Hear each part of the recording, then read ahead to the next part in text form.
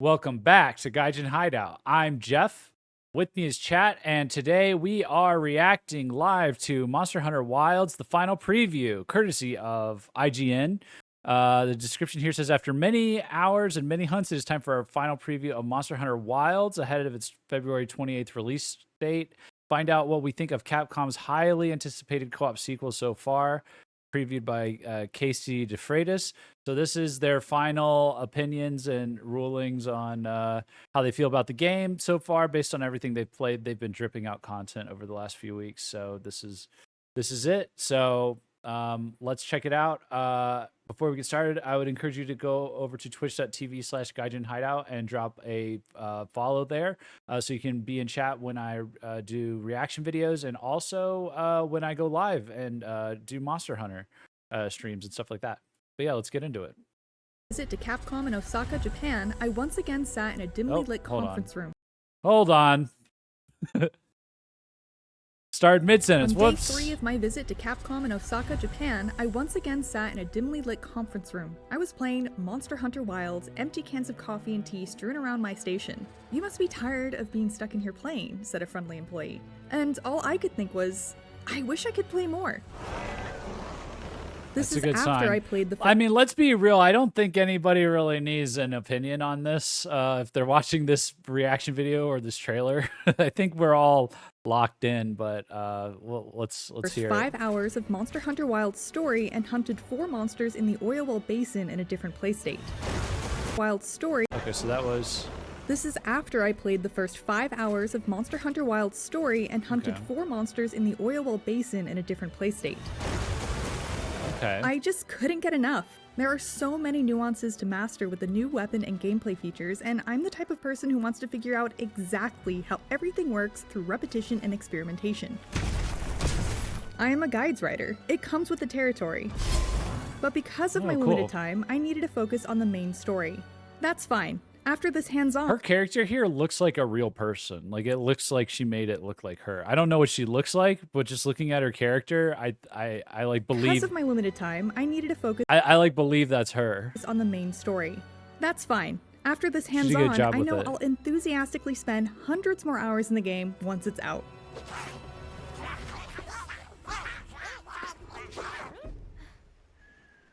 Streamlines, not weekends. I beelined it through the story to make sure I could see everything I could, and in doing so, I crafted and upgraded only what I could as I went. Alrighty. That's the base. I crafted and... Okay, so this is the upgrade tree? It is streamlined. Chatta club. So is this Sword and Shield? Yeah, it is Sword and Shield. You get a club?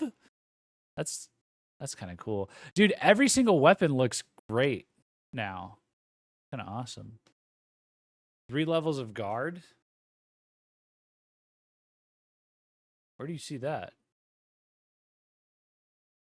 Oh, shit.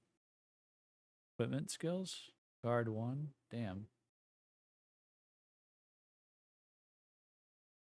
Oh. Upgraded only what I could as I went. Alrighty. That's the basic loop of Monster Hunter. Hunt monster, make better equipment, hunt stronger monster, and sometimes hunt something multiple times to get what you need. With my minimal preparation, I hunted the first 7 monsters: Chatacabra, Kamatrice, Congalala, Lalabarina, Balahara, Dashaguma, and finally a repel quest for the Leviathan, Uthduna, without much trouble and never once carded. When I played Monster Hunter World for the very first time, even Tobi-Kadachi gave me trouble, so I was surprised to encounter such little friction while playing Wilds. I was actually so surprised that I went back and replayed the story in Monster Hunter World through Anjanath, the 7th large monster. Well, the answer is, I've just gotten a whole lot better since I first played World, even though by that point I had been playing Monster Hunter since the very first one on PlayStation 2.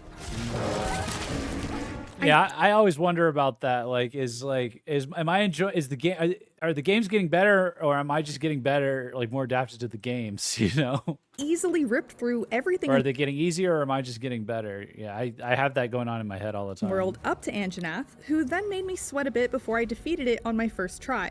It's funny because I felt the same as when I played Monster Hunter Rise. I thought to myself, this feels so much easier, and in some ways this could be because of the fun zippy wire bug mechanic and other factors, but that feeling was largely due to my increased skill as a player after 600 hours in World and Iceborne. That's not to say Damn. I'm now some pro-level Monster Hunter, I'm certainly no speedrunner. Damn, that's 200 more than me. I'm really proud of myself for getting to 4. I've never played a game so much as I played World and Iceborne. I've never gotten to 400 hours in a video game, in one single video game. It's kind of crazy. But I've improved enough to know. Hey, we just saw that, lol. Yeah, we just tonight we just beat that this boss in Rise, the Magna, what's it, Magnamaru or whatever? Skill as a player Magnamalo. after 600 hours in World and Iceborne.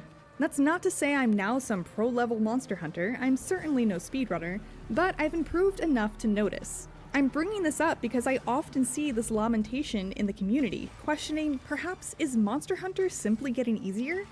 I would suggest that we may just be growing into better hunters. That's wholesome. Things are certainly becoming more streamlined and accessible, see optimal health and status recovery, and the I can't wait for that, man. I can't fucking wait for that. I loved that in the demo. I don't give a shit. Why are we putting potion, mega potion, just choose it for certainly me. becoming Oh my more God. streamlined and accessible, see optimal health and status recovery, and the focus mode that makes it easier to aim, but the developers' goals don't suggest they intend to make Monster Hunter easier. Monsters have been adjusted to account for the new focus and wound systems, and the art director and executive director of Wilds, Kaname Fujioka, said the difficulty in Wilds generally follows suit from World. Series producer Ryozo Sugimoto added, "We've been incredibly careful in Wilds to guide players to the fun of Monster Hunter without changing the core of the series, and I very much feel that." Wilds immediately directs players into the meat of what Monster Hunter really is, hunting large monsters that could be set-piece bosses in other games. The main missions smoothly integrate many small monster hunts and gathering as part of the story, which is a wonderful way to teach players about these necessary activities without them feeling like a roadblock. If it's honey you're after, I know the perfect spot. I admit I'm conflicted about all of these upgrades. I find myself always wanting to pull a back in my day and describe some archaic, ludicrous thing we used to have to do just to get by to be able to enjoy the game. I'm not really I don't think I'm missing out on any of that, to be honest. It'll be really interesting going back and playing older Monster Hunters as like a Monster Hunter noob, especially after Wilds, because I feel like they're really right on the cusp of ironing out all that old crazy JRPG mechanics that, you know, like legacy JRPG mechanics, you know, that I was still even complaining about in World, but I don't think I'm going to miss a lot of that. Like delivering explosive powder stones from the top of a volcano while avoiding Gravios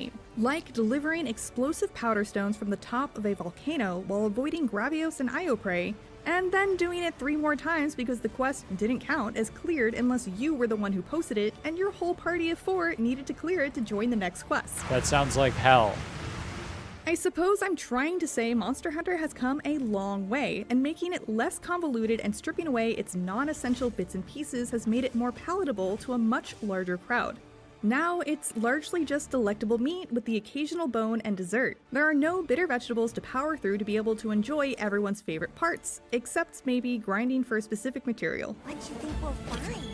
Well, you can't get rid of that. That's a big part of it. And you can't get rid of like prepping for the hunt. That's a big part of it. But this is a big deal if this is true, if this is how and this they're that successful in doing this, because as convoluted as like some of these action RPGs and JRPGs can be, and you're like, why do they have it, you know, why did they make me do stuff like this?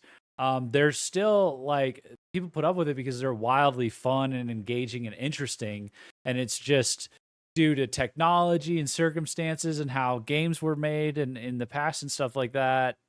Some things are just there, you know, like just weird menus, weird quest things or whatever. But like it's really cool that they're figuring out how to strip just the inconvenient stuff away and not just like modernize the whole game and make it super casual and like easy or, you know, whatever. because if they can do that for this game, there's like several franchises that I'm like a big fan of, like JRPG franchises that like could benefit from that. You know, like how do we streamline it without ruining it? You know, because that's like the flip side is you go to like Western games and they're like, oh, this is an action RPG, and it's like Assassin's Creed with like, you know, some role playing leveling system BS slapped on top of it, and it's like, well, this is just bad. So this is a big deal. If they pull this off, they're probably going to set a huge example for other Japanese like game studios that already have like a dope franchise that just needs a little bit more like streamlining to like get to a wider audience or like be that much more enjoyable, you know. So. And while on one hand, I'm overjoyed. AC is too streamlined. Yeah, that's what I'm saying. There's like they streamlined the game out of it. Well, they turned it into an action, like an open world action RPG, and then they claimed that, but their process is so streamlined. There's barely any action RPG in it, or RPG in it.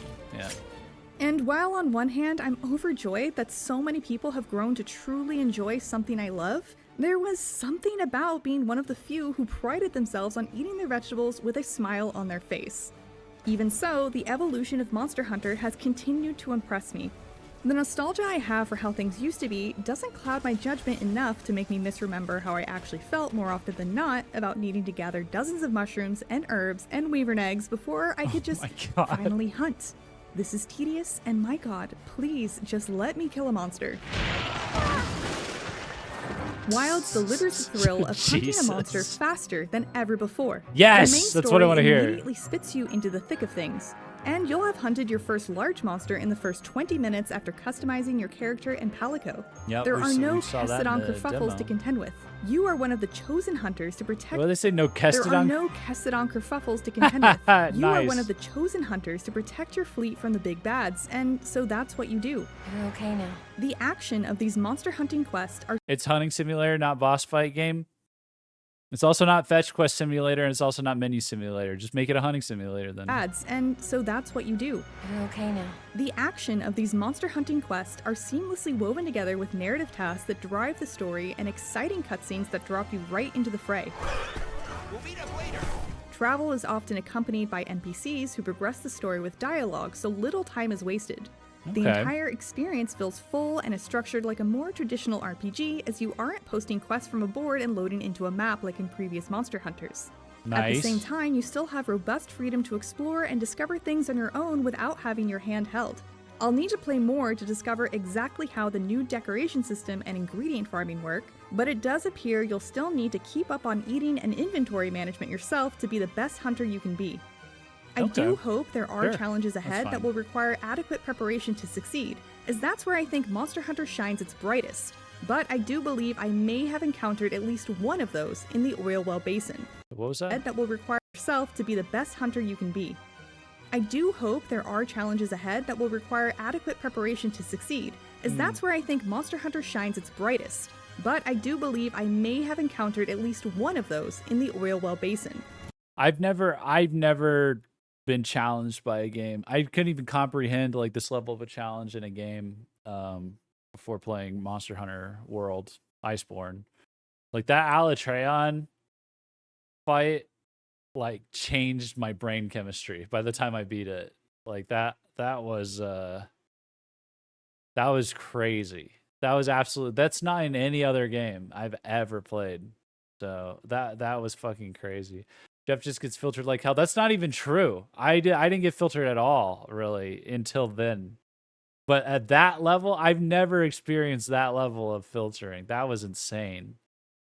So I think these might be tracks. that is definitely a unique Monster Hunter thing. Nah, solo Elden Ring, remember? Yeah. Emphasis on, well, okay, I guess in Monster Hunter you can make it easier as well. No, not even. If I can go back, and beat Melania. I definitely could, but I'm not gonna do it for 7 people, and it's gonna take 7 hours. So we'll wait on it. But I beat every other boss. I can beat Melania. We discussed That was not the same as Alatreon. Okay, Melania is like a weekend. Alatreon was 5 weeks. It was 5 weeks. Dude, These might it's be crazy. traps. LMAO, you say that's still waiting? Go get some. Go bring some friends. Go bring some We friends to discussed watch. the Oilwell Basin and the 4 monsters I hunted there at length in our interview with the developers. But to summarize, Rompopolo, Ajaraken, Gravios, and the area's apex, the Black Flame New Udra, inhabit the Oilwell Basin, which is designed to be more vertically connected rather than the more horizontally laid out Windward Plains and Scarlet Forest. This area looks Though it's so filled cool. with lava and mucky oil silt, it's inspired by the deep sea and the inhabitants of the ocean floor. This is much more So apparent cool, during man. the plenty, especially at night, where deep into the Oilwell Basin takes on an ethereal blue hue to contrast its muddy palette during the fallow and the bright, burning red oranges of the fire spring. The change in climate So sometimes trippy, made man. me feel like I was in an entirely different place, and this was even more pronounced in the Oilwell Basin.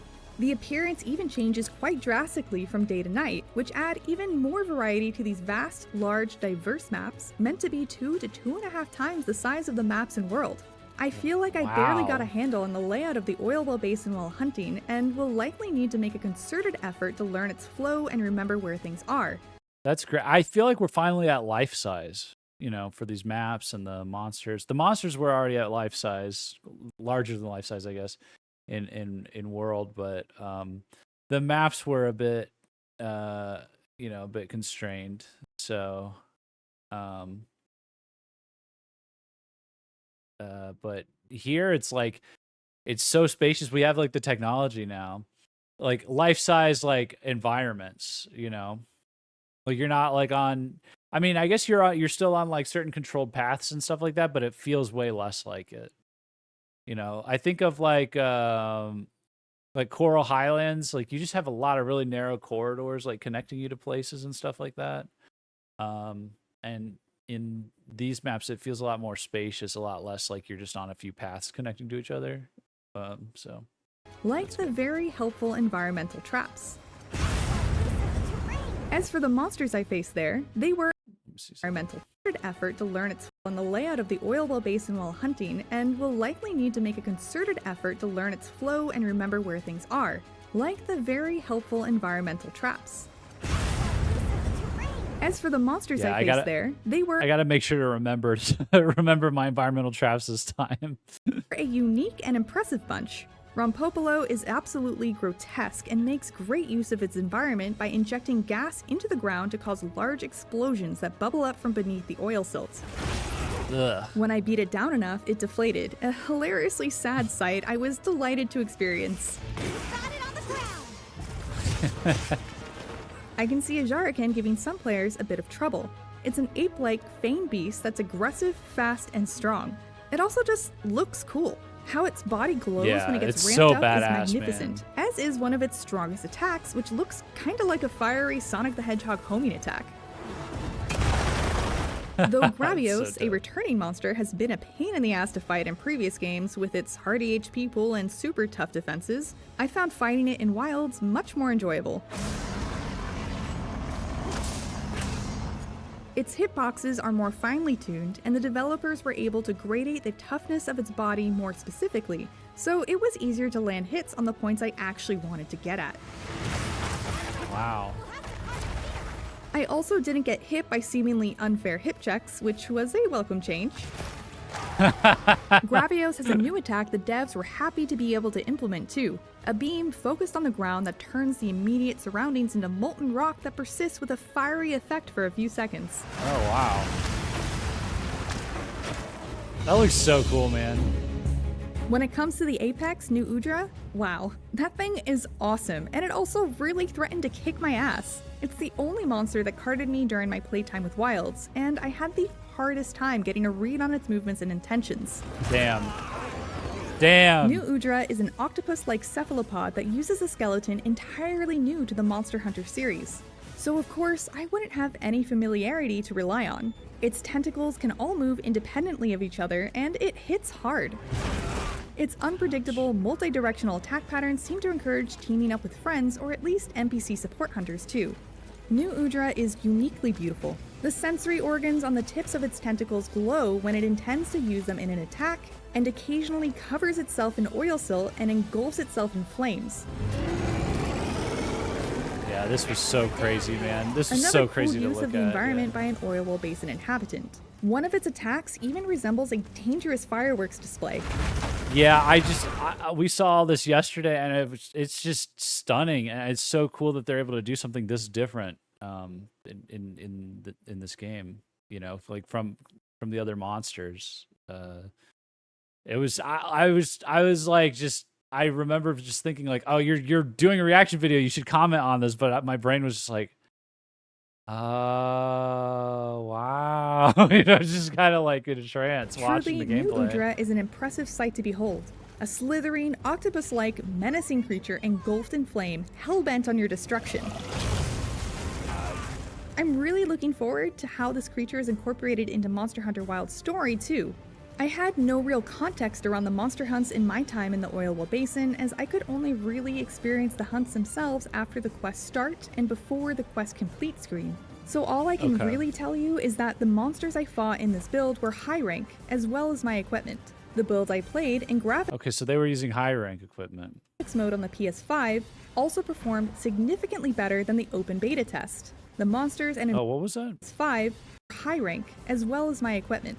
The build I played in graphics mode on the PS5 also performed significantly better than the open beta test. Well, I hope so. The monsters and environments acted as they were meant to, for the most part, and I didn't experience any jarring graphical issues or bugs. This comes with the caveats that I was offline playing in single player, and that I, personally, probably wouldn't notice if there was a small graphical stutter while fighting for my life. But if you're in it for the gameplay, I can confidently say that Monster Hunter Wilds works well and looks good, in my opinion. I'm especially impressed by the fire and lava effects I saw in the Oilwell Basin.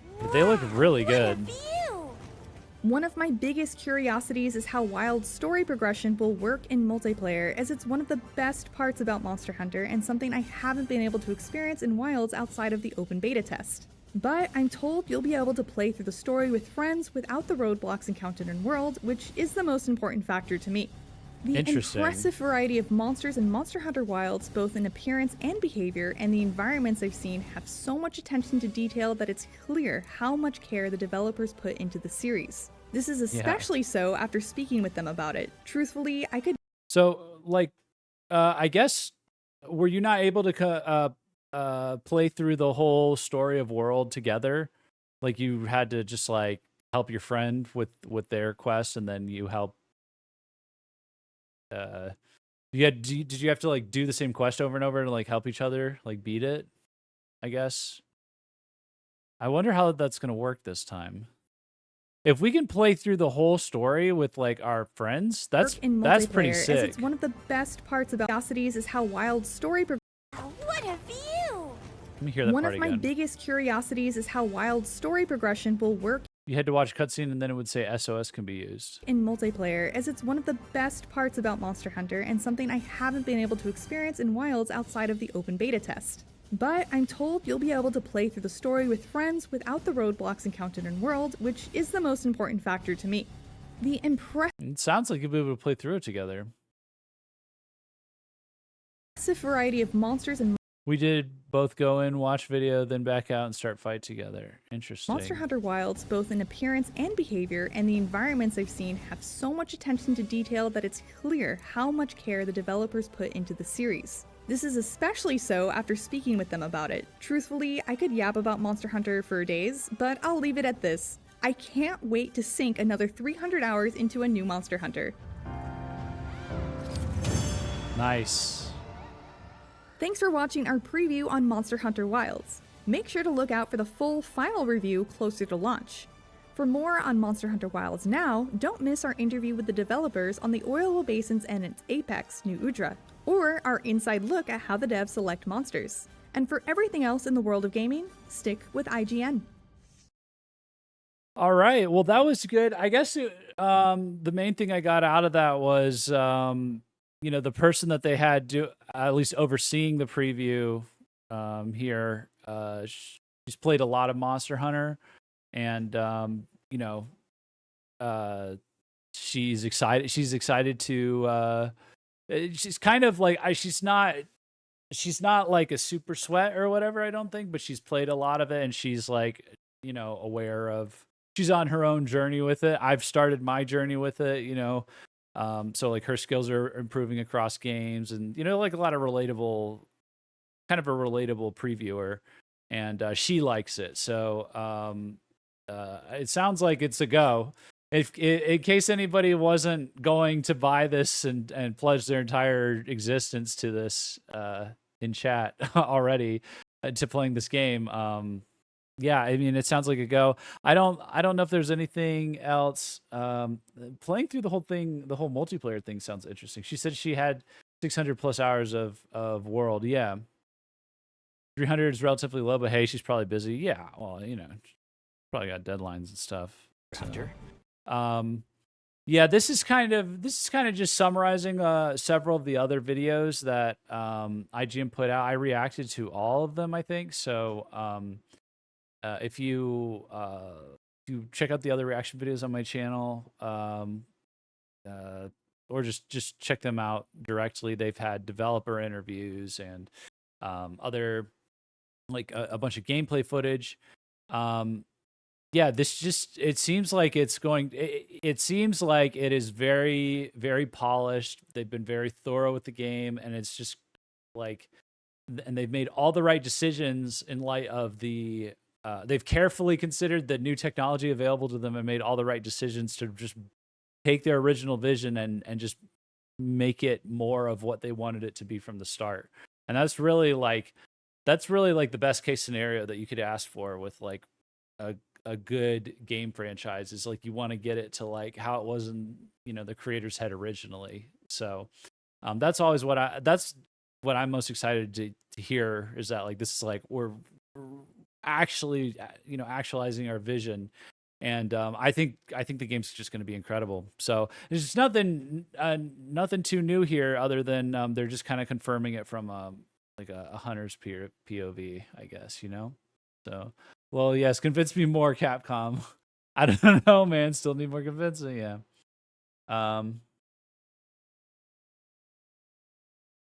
They made the upgrade version of Guiding Lands because it's hunting simulator, man. Yeah, it's really, I mean, and I know from playing the preview, or sorry, the beta back in the fall, like. Once I was in it for a day or two, I was like, oh man, I could just live here forever. And it's not even complete. It's not even finished. And it is so streamlined. Streamlined is such a good word to use, for that game. Like they really found a good sweet spot, I think, for the sound design, how things look, the weight of things, like how your character moves and like how he sounds when he moves, with the weapons, the combat, just so much of it. I think that's just the key phrase. So anyways, I don't know if there's much else to add. I'm just really excited. I think this game's going to be, it's going to be my game of the year at least. And I'm really excited to start one of these from scratch on day one and just go nuts with it, go full completionist, get really into it, get into the end game with everybody at the same time, and like experience like new updates to the game, like new quests and stuff as they're introduced. I'm really excited to do all that. As at the same time as everybody else, not just as a noob catching up, with Monster Hunter World and Rise, and the fact that it's going to be a game that's this streamlined, this good looking, it plays this well, all that stuff. I think that's just icing on the cake. So hooked from the reveal trailer. It's what got me to really dive into World. Same actually. Really surprised me, like, because my initial impression of the reveal trailer was, I was like, I saw Wilds and I was like, oh, like Breath of the Wild, is this like, Monster Hunter. Is this them doing their Breath of the Wild rendition? Like, I don't know, like how Genshin Impact does or whatever. That was like literally my like initial impression from the teaser. And then as we saw like the first trailers and stuff like that, I was like, what the hell is this? And then I was like, wait a minute, what is this game series? You know, so it's really I really think it has potential here to just like be such a game of substance that sets like an example for a lot of other action RPGs, like on how they can elevate themselves in such a way that it makes the developers rich and it makes the players very happy. So kinda gliding sacred. Yeah, but it's a reach, you know. Uh it's very very small things. It didn't end up being that at all. So, but yeah, man, I can't wait to get a hold of this. So we'll be back in the open beta when it comes out next week. We'll definitely be streaming it, and in the meantime, I'll keep streaming Monster Hunter Rise. Now that I've completed Monster Hunter World. And yeah, just really enjoying my Monster Hunter journey. I think it's a great time to be a Monster Hunter fan or to like get into it if you haven't tried a Monster Hunter before. So and speaking of which, if you want to see my Monster Hunter journey, you can go to twitch.tv/Gaijin Hideout and drop me a follow there. And you can join all of these beautiful people in chat and watch me play Monster Hunter Rise. You can also go to youtube.com/@Gaijin Hideout VODs, and you can see my whole playthrough of Monster Hunter World. You can also like and subscribe to this YouTube channel that this reaction video is on, which is the main Gaijin Hideout channel. And I'm going to be posting more reactions to Monster Hunter on here, in addition to my first hunts from my very first playthrough of a Monster Hunter game, which was Monster Hunter World. So yeah, a lot of content over here for you guys. Would love to have you in chat. And yeah, thanks for watching. We'll see you in the next video. Peace out.